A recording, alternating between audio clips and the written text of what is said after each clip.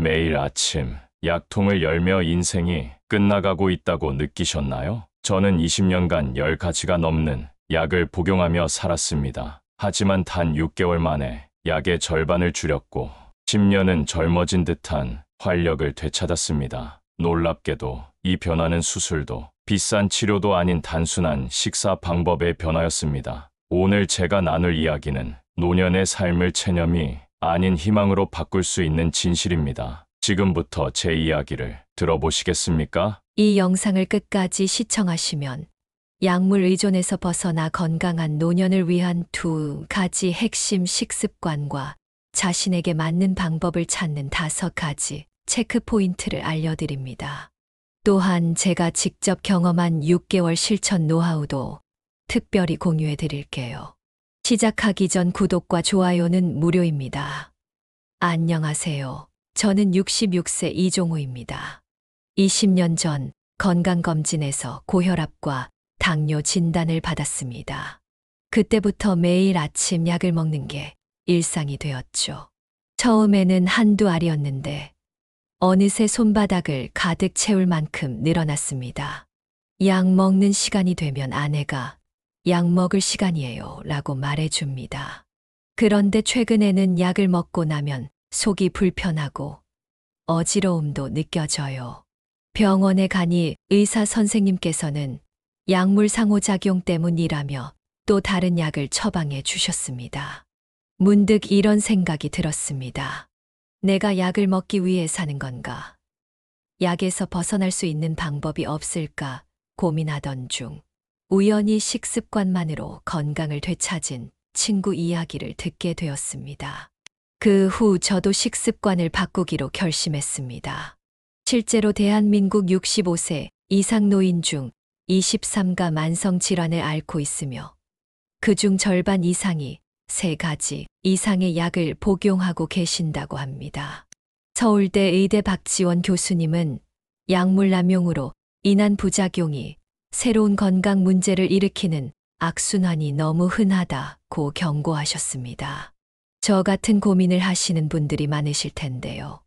오늘은 식습관 변화로 건강을 되찾은 분들의 사례를 소개해 드리고 싶습니다. 첫 번째로 소개해 드릴 분은 제 절친한 친구인 윤재훈 님입니다. 35년간 중학교에서 체육을 가르치셨던 분인데 그분의 이야기를 들려드리겠습니다. 저는 67세 윤재훈입니다. 35년간 중학교에서 체육을 가르쳤지만 은퇴 후에는 오히려 건강이 나빠졌어요. 무릎 통증이 심해져서 걷기도 힘들었고 당뇨약도 먹기 시작했습니다. 6년 전 우연히 TV에서 간헐적 단식에 대한 프로그램을 봤어요. 하루 8시간 내에만 식사를 하고 나머지 16시간은 물과 차만 마시는 방식이었죠. 처음에는 반신반의했지만 한번 시도해보기로 했습니다. 아침 11시부터 저녁 7시까지만 식사를 하고 나머지 시간에는 물과 차만 마셨어요. 처음 일주일은 정말 힘들었습니다. 특히 아침에 일어나서 커피만 마시고 버티는 게 가장 어려웠어요. 하지만 3주 정도 지나자 몸이 적응하기 시작했습니다. 놀라운 변화는 한 달 후부터 찾아왔어요. 체중이 서서히 줄어들고 무릎 통증도 덜해졌습니다. 석 달이 지나자 주치의와 상담 후 당뇨약 용량을 줄이기 시작했죠. 6개월 후에는 체중이 14kg 감량되었고 무릎 통증은 거의 사라졌습니다. 지금은 매일 아침 5km 조깅을 할 정도로 건강해졌어요. 최근 건강검진에서는 오토파지 활성도가 50대 초반 수준으로 나타났으며 케톤체 수치도 동년배 평균보다 82% 높게 나왔습니다. 의사 선생님께서는 생물학적 나이가 10살은 젊어 보인다고 하셨어요. 윤재훈님의 이야기를 들으며 저도 큰 용기를 얻었습니다. 하지만 간헐적 단식이 모든 분들에게 맞는 방법은 아닐 것 같습니다. 다른 방식으로 건강을 되찾으신 분의 이야기도 함께 들어보시죠. 두 번째로 소개해 드릴 분은 아내의 사촌인 김순자님입니다. 강원도에서 40년간 한식당을 운영하셨던 분이신데요. 그분의 경험을 들려드리겠습니다. 저는 73세 김순자입니다. 40년 동안 강원도에서 한식당을 운영했어요. 주방에서 음식을 맛보는 일이 많다 보니 식사 시간이 불규칙했고 항상 과식하게 되었죠. 5년 전 신장질환 진단을 받았을 때 의사 선생님께서 식습관을 바꾸지 않으면 투석해야 할 수도 있다고 경고하셨어요. 그때부터 식습관을 완전히 바꿨습니다.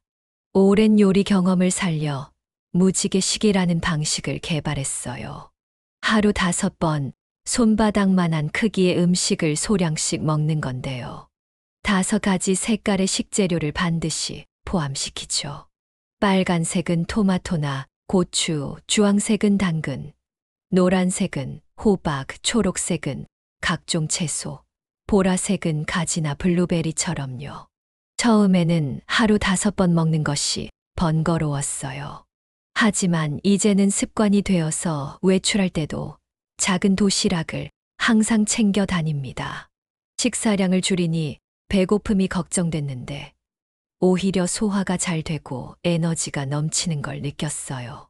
최근 검사 결과 혈당 변동폭이 일반 노인보다 57% 낮았고 소화효소 활성도는 60대 초반 수준으로 높게 나타났어요. 항산화 능력을 보여주는 글루타티온 수치도 일반 노인보다 32% 높았습니다. 신장 기능도 많이 회복되었고요.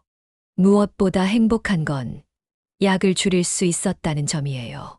두 분의 이야기를 들으며 저는 큰 희망을 느꼈습니다.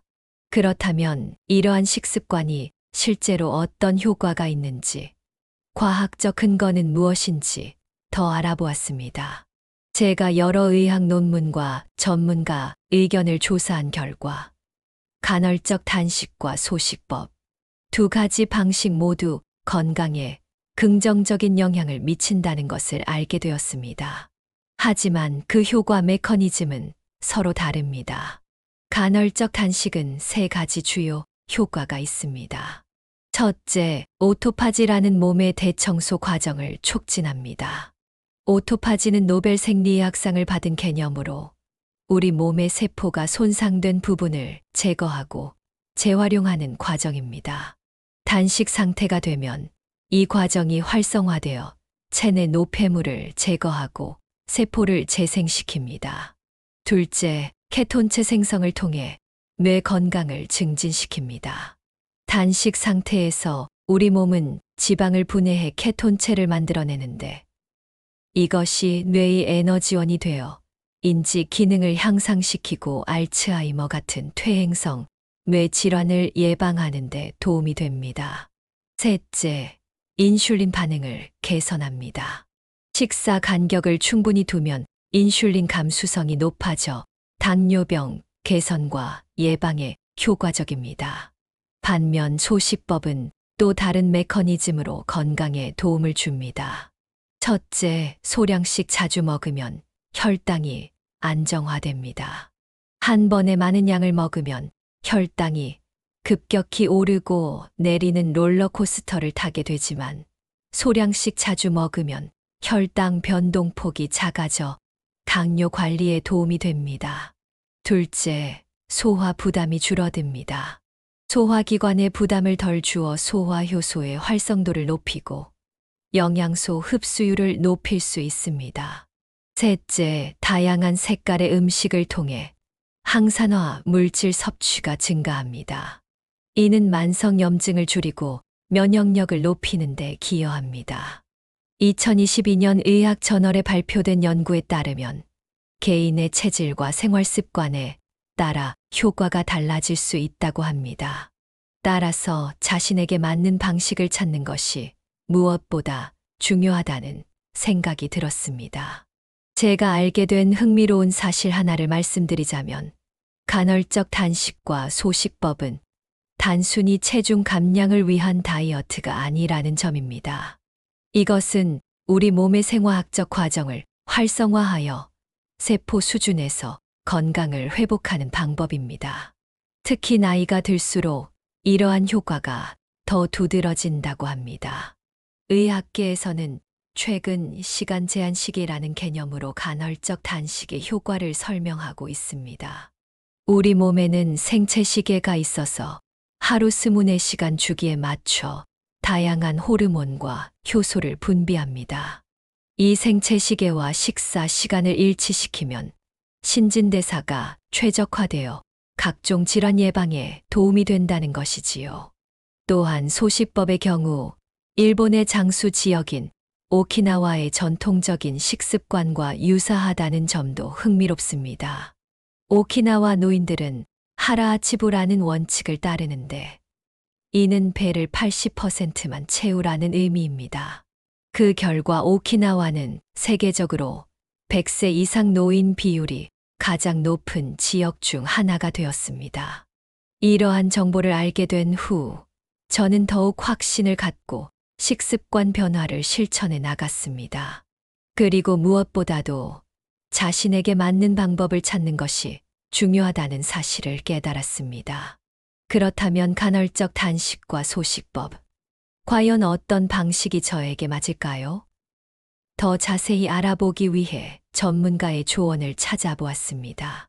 개인에게 맞는 식습관을 찾기 위해서는 다음 5가지 신호에 주목해야 한다고 합니다. 첫째, 아침 공복감의 정도를 살펴보세요. 아침에 일어나자마자 심한 배고픔을 느끼는 분들은 간헐적 단식보다 소식법이 더 적합할 수 있습니다. 반면 아침에 식욕이 없는 체질이라면 자연스럽게 간헐적 단식을 시작하기 유리합니다. 둘째, 소화 기능입니다. 소화가 잘 안 되거나 속이 더부룩한 경우가 자주 있다면 소식법이 도움이 될 수 있습니다. 한 번에 많은 양을 먹는 것보다 소량씩 나누어 먹는 것이 소화에 부담을 덜 줍니다. 셋째, 신체 활동량입니다. 활동량이 많은 분들은 에너지 공급이 중요하므로 소식법이 유리할 수 있습니다. 반면 좌식 생활이 많은 분들은 간헐적 단식이 체중 관리에 효과적일 수 있어요. 넷째, 기저질환입니다. 당뇨나 저혈당이 있는 분들은 의사와 상담 후 신중하게 접근해야 합니다. 신장질환이나 소화기 질환이 있는 경우에는 소식법이 부담이 적을 수 있습니다. 다섯째, 생활 패턴입니다. 불규칙한 생활을 하시는 분들은 엄격한 시간 제한이 있는 간헐적 단식보다 상황에 맞게 조절할 수 있는 소식법이 편할 수 있습니다. 제가 알게 된 또 다른 흥미로운 방법은 두 방식의 장점을 결합한 하이브리드 식이법입니다. 25년간 초등학교 영양사로 일했던 최 선생님은 평일에는 하루 3번 소식을, 주말에는 8시간 내에 2끼만 먹는 방식을 개발했다고 합니다. 이 방식을 통해 15년간 복용하던 고혈압약을 끊고 수면의 질도 크게 개선되었다고 하더군요. 중요한 것은 자신의 몸 상태를 관찰하고 자신에게 맞는 방식을 찾아가는 과정이라는 생각이 들었습니다. 어떤 방식을 선택하든 시작 전에 반드시 의사와 상담하는 것이 필요하겠지요. 제 경우 아침에는 특별히 배고픔을 크게 느끼지 않는 편이었고 퇴직 후 활동량이 줄어든 상황이었기에 간헐적 단식이 더 맞겠다고 판단했습니다. 반면 아내는 아침에 식사를 거르면 두통이 생기는 체질이라 소식법을 선택했지요. 처음 시작할 때는 아내와 저희 식사 시간이 달라 함께 식사하기 어려웠지만 점차 조율해 나가며 서로의 방식을 존중하게 되었습니다. 주말에는 함께 점심을 먹는 시간을 정해 가족의 유대감도 유지했고요. 제가 간헐적 단식을 시작하면서 가장 놀라웠던 것은 처음에는 힘들었지만 몸이 적응한 후에는 오히려 아침에 더 선명한 정신과 높은 집중력을 느낄 수 있었다는 점입니다. 공복 상태에서 두뇌가 더 명료하게 작동한다는 것을 체감할 수 있었습니다. 또한 식사 횟수가 줄어들면서 음식을 더 의식적으로, 더 감사하는 마음으로 먹게 되었습니다.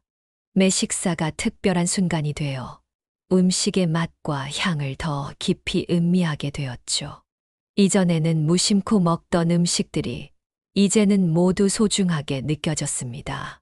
식습관 변화 과정에서 가족의 지지가 얼마나 중요한지도 깨달았습니다. 아내가 이해하고 도와주지 않았다면 지속하기 어려웠을 것입니다. 만약 혼자 사시는 분들이라면 비슷한 목표를 가진 친구나 지역 커뮤니티를 찾아보는 것도 좋은 방법일 것 같습니다. 제가 간헐적 단식을 시작한 지 한 달쯤 되었을 때 오랜 친구들을 만났습니다. 그들은 모두 제 변화에 놀라워했습니다.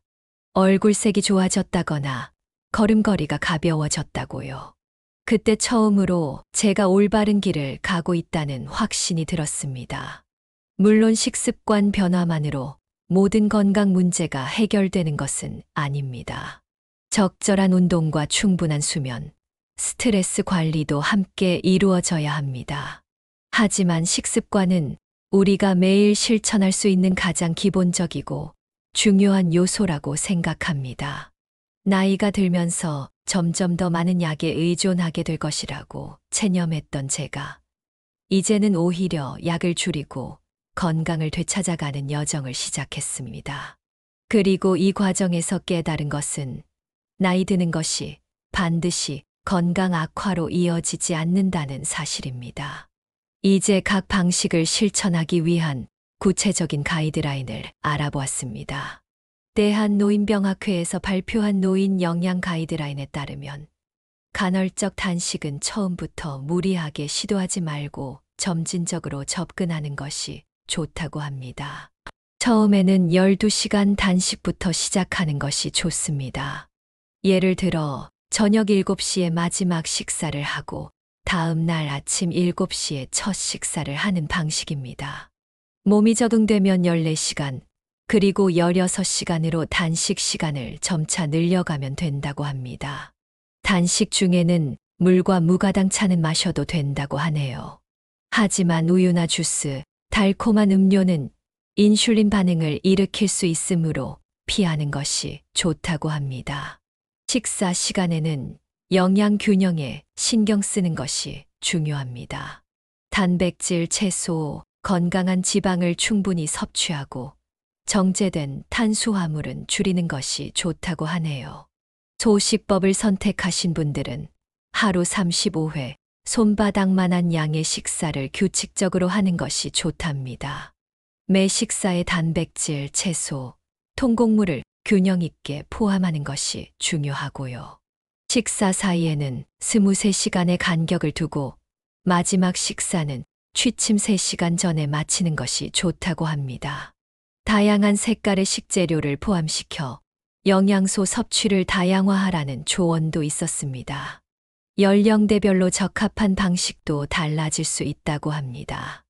6,575세는 비교적 건강한 분들이 많아 두 방법 모두 시도해 볼 수 있고 7,585세는 소식법이 더 적합할 수 있으며 85세 이상은 의사와 상담 후 매우 신중하게 접근해야 한다고 하네요. 제가 간헐적 단식을 시작하면서 알게 된 실용적인 팁 몇 가지를 말씀드리자면 우선 식사 시간대를 조금씩 조정해 나가는 것이 중요했습니다. 처음부터 16시간 단식을 시도하기보다는 매일 식사 시간을 30분씩 미루거나 앞당겨서 점진적으로 식사 시간대를 조정했어요. 또한 단식 시간을 채우기 위해 취미 활동을 늘렸습니다. 특히 아침 시간에 독서나 산책 같은 가벼운 활동을 하면 배고픔을 잊는데 도움이 되었어요. 텃밭 가꾸기나 손주들과 놀아주는 시간도 늘렸죠. 단식 중에는 물을 충분히 마시는 것이 정말 중요했습니다. 처음에는 배고픔과 갈증을 혼동하기도 했거든요. 다양한 허브차를 준비해두고 마시니 단식 시간이 한결 수월해졌습니다. 저처럼 당뇨가 있는 분들은 혈당 수치를 자주 체크하는 것이 중요합니다. 저는 단식 기간 중 매일 아침 혈당을 측정했고, 이를 일기처럼 기록했습니다. 그 결과 단식 시작 2주 후부터 아침 공복 혈당이 조금씩 안정되는 것을 확인할 수 있었어요. 식사 시간에는 의식적으로 천천히 먹는 연습을 했습니다. 한 입 먹고 20번 이상 씹는 습관을 들였더니 적은 양으로도 포만감을 느낄 수 있었고 소화도 훨씬 잘 되더군요. 또 다른 중요한 팁은 가족이나 친구들에게 내가 실천하고 있는 식습관 변화에 대해 이야기하는 것입니다. 그러면 외식하거나 모임을 가질 때도 주변 사람들이 배려해주고 때로는 응원도 해주어 지속하는데 큰 힘이 됩니다. 식사 전후의 혈당을 측정하며 어떤 음식이 혈당을 많이 올리는지 파악하는 것도 매우 유용했습니다. 같은 양의 탄수화물이라도 현미밥보다 흰쌀밥이, 생과일보다 과일 주스가 혈당을 더 빨리 올린다는 것을 직접 경험할 수 있었어요. 간식에 대한 갈망이 생길 때는 견과류나 삶은 계란 같은 단백질 위주의 간식을 선택했습니다. 단순당이 들어간 간식은 일시적으로 기운을 북돋아 주지만 곧 혈당이 급락하면서 오히려 더 심한 피로감과 배고픔을 느끼게 된다는 것을 알게 되었어요. 고혈압이 있는 분들은 소금 섭취에도 주의해야 합니다. 저는 소금 대신 다양한 향신료와 허브를 사용해 맛을 내는 방법을 배웠습니다. 처음에는 싱거운 느낌이 들었지만 점차 음식 본연의 맛을 느낄 수 있게 되었어요. 식습관 변화를 시작한 지 약 3개월이 지났을 때 제 주치의 선생님께서 놀라워하셨던 기억이 납니다. 혈당 수치가 눈에 띄게 좋아졌고 체중도 줄었으며 콜레스테롤 수치도 정상 범위로 돌아왔거든요. 그때 의사 선생님께서 약물로는 이런 효과를 내기 어렵다고 말씀하셨어요. 이렇게 좋은 결과를 얻었지만 가끔은 실패도 있었습니다. 특히 명절이나 가족 행사 때는 식사 시간을 지키기 어려웠고 과식하게 되는 경우도 있었어요. 하지만 중요한 것은 한 번 실패했다고 모든 것을 포기하지 않는 것입니다. 다음 날 다시 계획대로 돌아가면 됩니다. 약물 의존도가 줄어들면서 느낀 가장 큰 변화는 심리적인 부분이었습니다. 더 이상 약에 의존해야 한다는 무력감이 줄어들고 내 건강을 스스로 관리할 수 있다는 자신감이 생겼어요. 이것이 제 삶의 질을 크게 향상시켰습니다. 또한 식습관 개선은 단순히 육체적 건강뿐만 아니라 정신적 명료함에도 도움이 되었습니다. 기억력이 좋아지고 집중력도 향상되었어요. 이전에는 점심 식사 후 졸음으로 고생했는데 이제는 오후 시간도 활기차게 보낼 수 있게 되었습니다. 노년기에 접어든 우리에게 건강은 단순한 장수가 아니라 삶의 질과 직결된 문제입니다. 약에 의존한 채 오래 사는 것보다 건강하게 활동적으로 사는 것이 진정한 행복이라고 생각합니다. 식습관 변화를 시작한 지 6개월이 지났습니다. 저는 윤재훈 님처럼 간헐적 단식을 선택했고, 아내는 김순자 님처럼 소식법을 실천하고 있습니다. 처음 3주는 정말 힘들었어요. 특히 아침 공복감이 가장 견디기 어려웠습니다. 하지만 한 달쯤 지나자 몸이 적응하기 시작했고, 3개월이 지나니 눈에 띄는 변화가 찾아왔습니다. 체중이 8kg 감량되었고, 혈압과 혈당 수치가 안정되기 시작했습니다. 주치의와 상담 후 약 용량을 조금씩 줄이기 시작했어요. 지금은 당뇨약을 절반으로 줄였고 혈압약도 용량을 낮췄습니다. 무엇보다 중요한 건 약에 의존하던 마음가짐이 바뀌었다는 점입니다. 이제는 약이 아닌 식습관이 건강의 기본이라고 믿게 되었습니다. 나이 들어 약을 먹는 것이 당연하다고 생각했던 제가 이렇게 변할 수 있다니 놀랍습니다. 저와 비슷한 고민을 하시는 분들께 말씀드리고 싶습니다. 나이가 들어도 적절한 식습관과 꾸준한 실천으로 건강해질 수 있습니다. 지금 시작하세요. 늦지 않았습니다. 제가 건강을 되찾는 과정에서 깨달은 중요한 점은 인내심을 가지고 꾸준히 실천하는 것입니다. 하루아침에 모든 것이 바뀌지는 않습니다. 작은 변화가 쌓여 큰 차이를 만듭니다. 처음 한 달은 거의 변화를 느끼지 못할 수도 있습니다. 하지만 포기하지 마세요. 3개월, 6개월이 지나면 놀라운 변화가 찾아올 것입니다. 또 하나 말씀드리고 싶은 것은 식습관 변화를 통해 약물 의존도를 줄이는 과정에서 반드시 의사와 상담하며 진행해야 한다는 점입니다. 자기 판단으로 약을 줄이거나 끊는 것은 위험할 수 있습니다.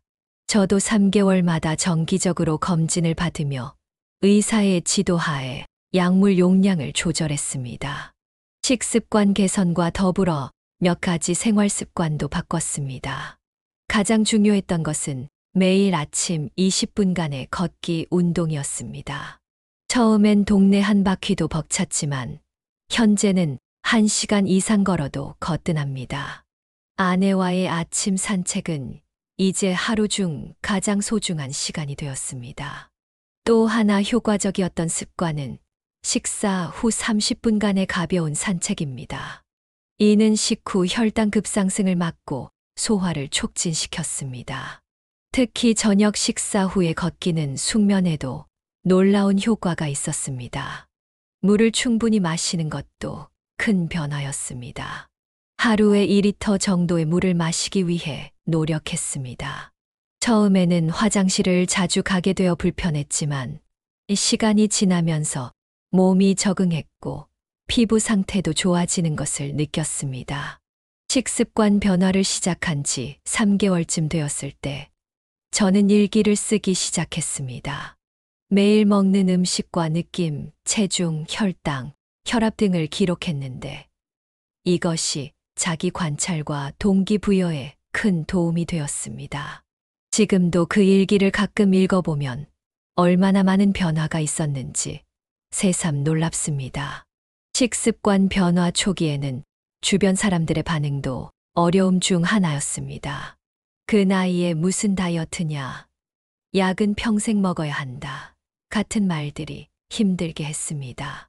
하지만 결과가 나타나자 오히려 조언을 구하는 사람들이 생겼습니다. 저와 비슷한 고민을 하시는 분들을 위해 제가 식습관 변화를 시작할 때 도움이 되었던 3가지 원칙을 공유하고 싶습니다. 첫째, 완벽보다는 지속입니다. 가끔 계획대로 되지 않는 날이 있어도 괜찮습니다. 중요한 것은 다음 날 다시 시작하는 것입니다. 한두 번의 실패가 모든 노력을 무효화하지는 않습니다. 둘째, 급격한 변화보다는 점진적 접근입니다. 하루아침에 모든 것을 바꾸려 하면 실패할 확률이 높습니다. 작은 변화부터 시작하여 점차 확장해 나가는 것이 중요합니다. 셋째, 결과보다는 과정에 집중입니다. 체중계나 혈당계에 너무 집착하지 마세요. 매일 건강한 선택을 하는 과정 자체가 성공입니다. 결과는 그 과정의 자연스러운 산물일 뿐입니다. 간헐적 단식을 실천하면서 저는 식사 시간에 더욱 의식적이고 감사하는 마음으로 음식을 대하게 되었습니다. 예전에는 무심코 먹던 간식들도 이제는 하나하나 가치를 따져보게 되었습니다. 이 음식이 내 건강에 정말 도움이 될까? 라는 질문을 자주 하게 되었죠. 또한 식재료를 고르는 데도 더 신경 쓰게 되었습니다. 가능한 한 신선하고 가공되지 않은 식품을 선택하려고 노력했습니다. 동네 농산물 직거래 장터를 자주 이용하게 되었고, 심지어 작은 텃밭을 가꾸기 시작했습니다. 직접 기른 채소로 만든 음식은 더욱 특별한 맛이 있더군요. 식습관 변화 후 6개월이 지났을 때 저는 몸만 건강해진 것이 아니라 정신적으로도 더 활기차고 긍정적이 되었다는 것을 느꼈습니다. 아침에 눈을 뜨면 더 이상 몸이 무겁지 않고 하루를 시작하는 것이 즐거웠습니다. 기억력과 집중력도 좋아져서 새로운 취미도 시작할 수 있었습니다.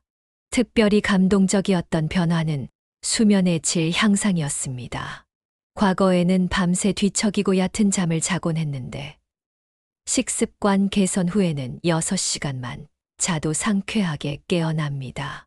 이는 아마도 소화기관의 부담 감소와 혈당 안정화가 가져온 선물이라 생각됩니다. 또 한 가지 저와 아내가 경험한 긍정적인 변화는 면역력 향상이었습니다. 이전에는 계절이 바뀔 때마다 감기에 걸리곤 했는데 지난 6개월 동안은 한 번도 아프지 않았습니다. 이것이 순전히 식습관 때문이라고 단정할 수는 없지만 분명 큰 영향을 미쳤을 것입니다. 이렇게 긍정적인 변화를 경험하다 보니 자연스럽게 주변 사람들에게도 제 경험을 나누고 싶어졌습니다. 경로당에서 건강 소모임을 만들어 함께 정보를 나누고 서로 격려하는 시간도 갖게 되었습니다. 처음에는 5명으로 시작했는데 지금은 15명이 넘는 회원이 참여하고 있습니다. 이 모임에서 저는 단순히 간헐적 단식과 소식법에 대한 정보만 공유하는 것이 아니라 건강한 노년을 위한 종합적인 접근에 대해 함께 고민하고 있습니다. 식습관, 운동, 수면, 스트레스 관리, 사회적 관계, 취미 활동 등 모든 측면에서 어떻게 하면 더 활기차고 의미 있는 노후를 보낼 수 있을지 이야기합니다. 이러한 활동은 제 삶에 또 다른 의미와 보람을 가져다 주었습니다. 은퇴 후 사회적 역할이 줄어들면서 느꼈던 공허함이 채워진 것 같습니다. 제 경험이 다른 사람들에게도 도움이 될 수 있다는 사실이 매우 기쁩니다. 사실 노년기에 접어들면서 가장 두려웠던 것 중 하나는 남에게 의존해야 하는 상황이 되는 것이었습니다. 건강을 잃으면 자립성도 함께 잃게 되니까요. 하지만 지금은 그런 두려움이 많이 줄어들었습니다. 건강을 지키기 위해 내가 할 수 있는 일이 많다는 것을 알게 되었기 때문입니다. 식습관 변화를 통해 약물 의존도를 줄이고 건강을 되찾는 과정은 단순한 신체적 변화를 넘어 저에게 자신감과 통제감을 회복시켜 주었습니다. 이것이 노년기 삶의 질에 매우 중요한 요소라고 생각합니다.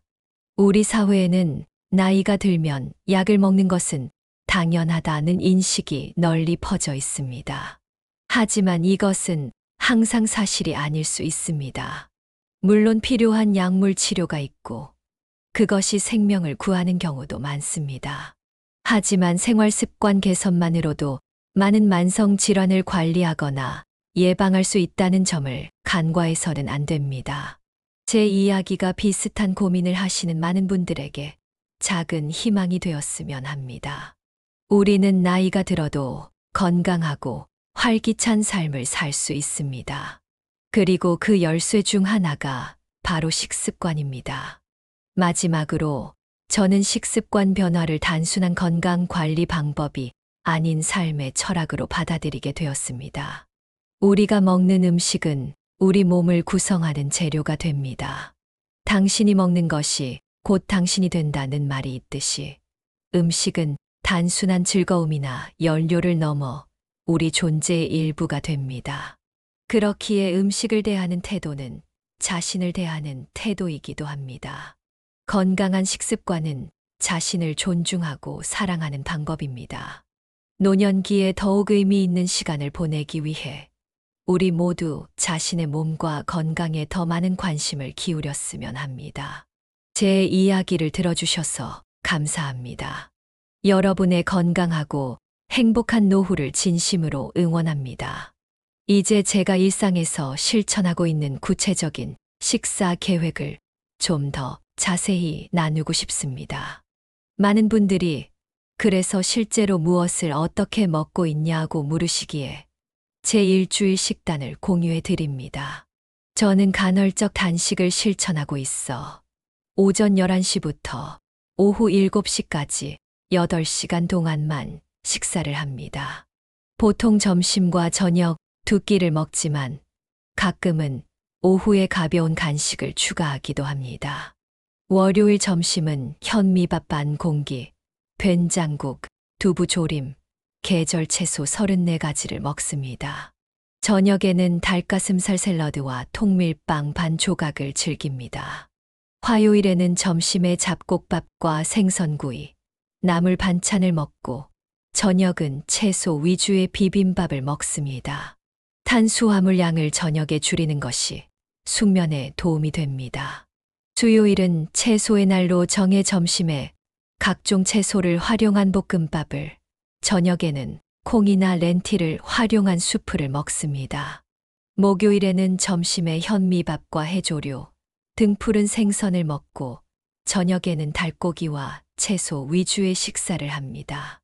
금요일에는 점심에 고구마나 감자 같은 건강한 탄수화물과 계란, 채소를 먹고 저녁에는 두부와 채소를 활용한 식사를 합니다.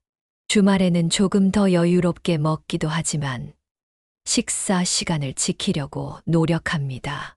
간식으로는 견과류, 삶은 계란, 그릭 요거트, 계절 과일 등을 선택합니다. 단, 간식도 정해진 식사 시간 내에만 먹습니다. 음료는 물과 무가당 차를 주로 마시며 커피는 하루 한 잔으로 제한합니다. 이러한 식단을 실천하면서 가장 중요하게 생각하는 것은 다양성입니다. 다양한 색깔의 채소와 과일, 단백질, 건강한 지방, 통곡물을 골고루 섭취하려고 노력합니다. 또한 계절 식재료를 활용하는 것이 비용도 절약되고 영양도 풍부합니다. 식재료 준비도 중요한 부분입니다.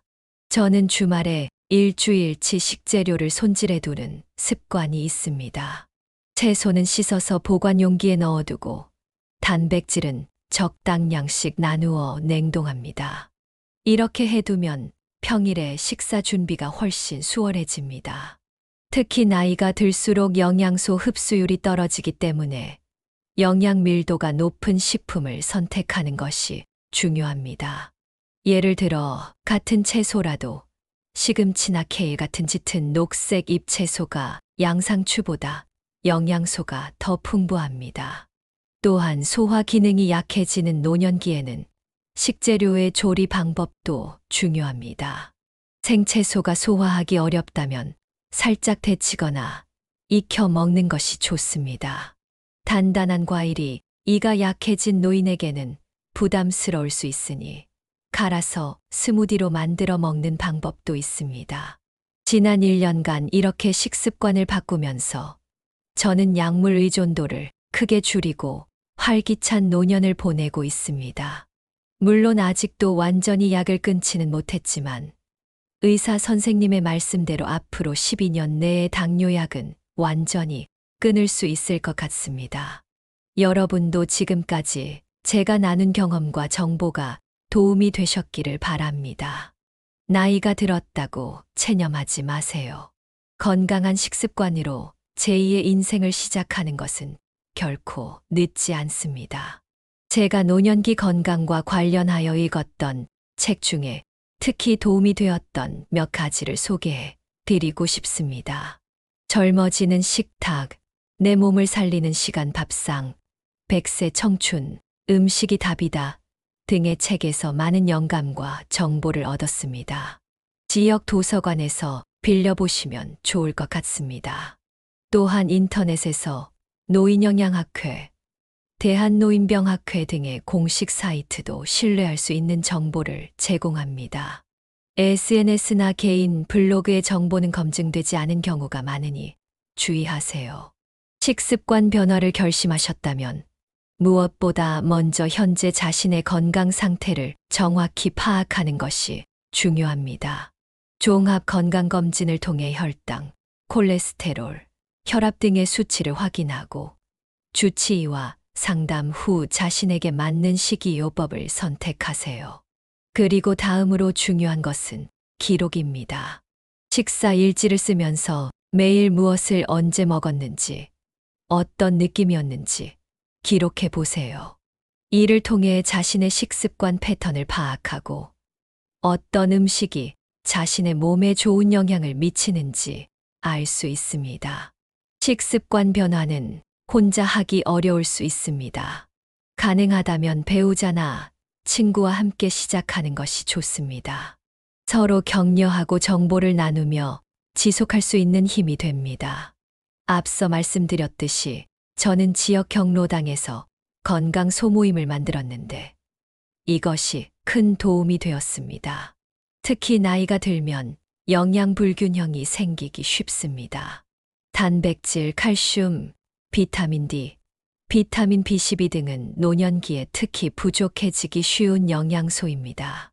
식사만으로 충분한 영양소를 섭취하기 어렵다면 의사와 상담 후 적절한 영양제를 복용하는 것도 방법입니다.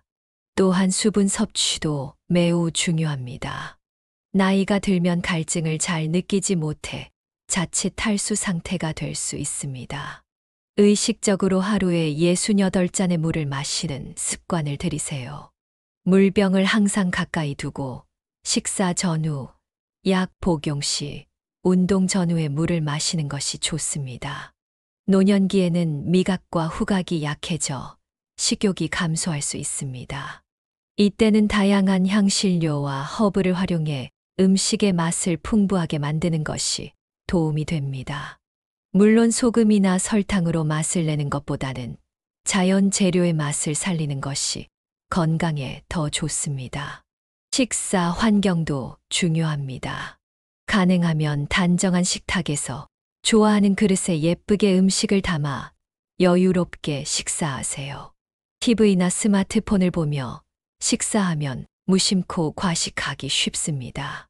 식사에 집중하고 천천히 씹어 먹는 것이 소화에도 좋고 적은 양으로도 포만감을 느낄 수 있습니다. 이제 노년의 식습관 개선에 관한 제 이야기는 거의 끝나가네요. 마지막으로 여러분께 꼭 전하고 싶은 메시지가 있습니다. 건강한 노년은 젊었을 때부터 준비해야 한다고들 말합니다. 하지만 제 경험에 비추어 볼 때 60대, 70대, 심지어 80대에 시작해도 결코 늦지 않습니다. 저처럼 66세에 시작해도 6개월 만에 놀라운 변화를 경험할 수 있었으니까요. 핵심은 바로 지금 시작하는 것입니다. 오늘 점심부터 양을 조금 줄이거나 채소를 한 가지 더 추가해 보세요. 혹은 저녁 식사 시간을 평소보다 1시간 앞당기고 내일 아침은 1시간 늦추어 보세요. 이런 소소한 변화들이 모여 큰 변화를 만듭니다. 마음에 새겨두세요. 식습관 개선은 단순한 건강관리를 넘어 자기 자신을 존중하고 사랑하는 적극적인 표현입니다. 우리 모두는 나이가 들어서도 활력 넘치고 행복한 삶을 누릴 권리가 있습니다. 그리고 그 행복의 열쇠는 다른 누구도 아닌 바로 우리 자신이 쥐고 있습니다. 이렇게 긴 이야기를 들어주셔서 감사합니다. 부디 제 경험이 여러분에게 작은 희망의 불씨가 되기를 바랍니다.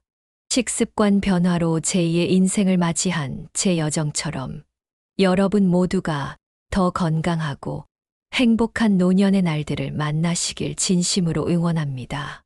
이 영상이 도움이 되셨다면 구독과 좋아요, 알림 설정을 꼭 해주세요. 좋은 일이 생길 겁니다. 댓글로 여러분의 생각과 경험도 함께 나눠주세요. 감사합니다.